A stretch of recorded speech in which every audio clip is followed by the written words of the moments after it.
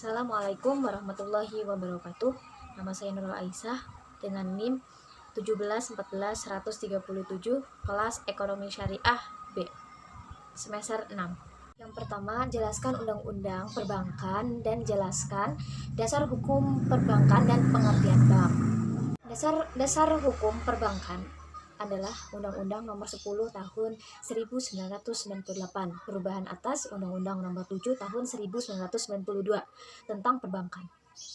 Menurut Undang-Undang Nomor 10 Tahun 1998, bank adalah badan usaha yang menghimpun dana dari masyarakat dalam bentuk simpanan dan menyalurkan kepada masyarakat dalam bentuk kredit atau bentuk-bentuk lainnya dalam rangka meningkatkan taraf hidup masyarakat banyak.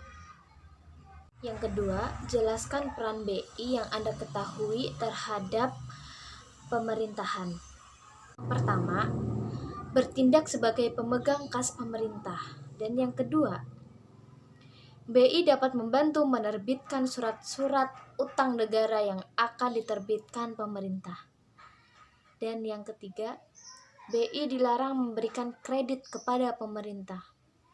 Dan yang keempat, pemerintah wajib meminta pendapat BI atau mengundang BI ke dalam sidang kabinet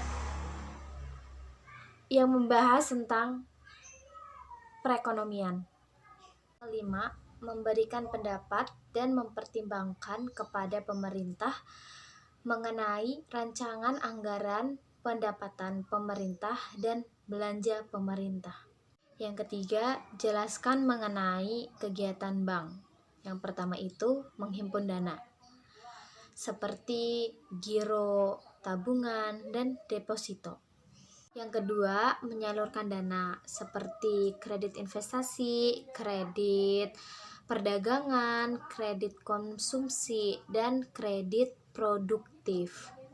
Ketiga, memberikan jasa layanan lainnya seperti menerima setoran listrik, menerima setoran pajak, transfer, kirim uang ke bank lainnya, dan kegiatan lainnya.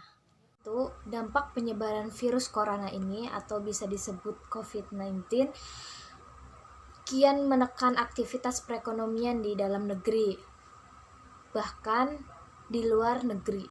Penyebaran virus corona telah membawa tantangan dan resiko baru. Wabah ini juga mengganggu aktivitas ekonomi di banyak negara dan telah mendorong pergerakan signifikan di pasar keuangan. Efek perbankan akibat COVID-19.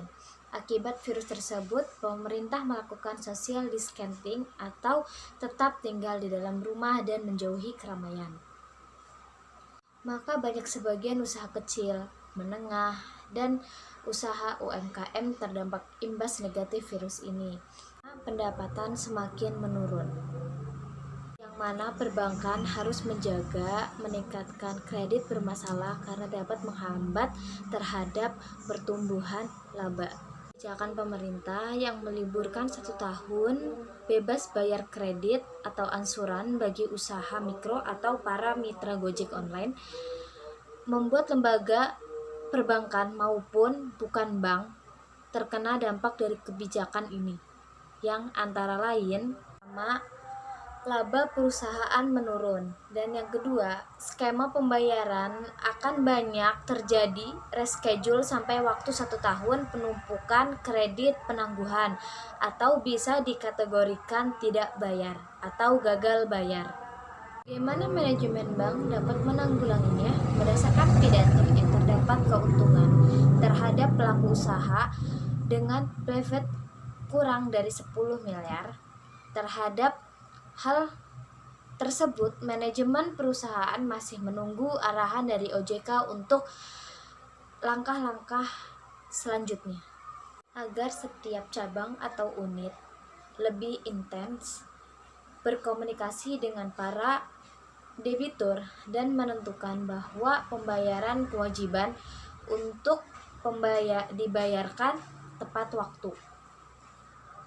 Apabila terdapat debitur yang memohon untuk penundaan pembayaran, dapat diajukan ke cabang atau unit yang harus selektif direview dari cabang atau unit tersebut.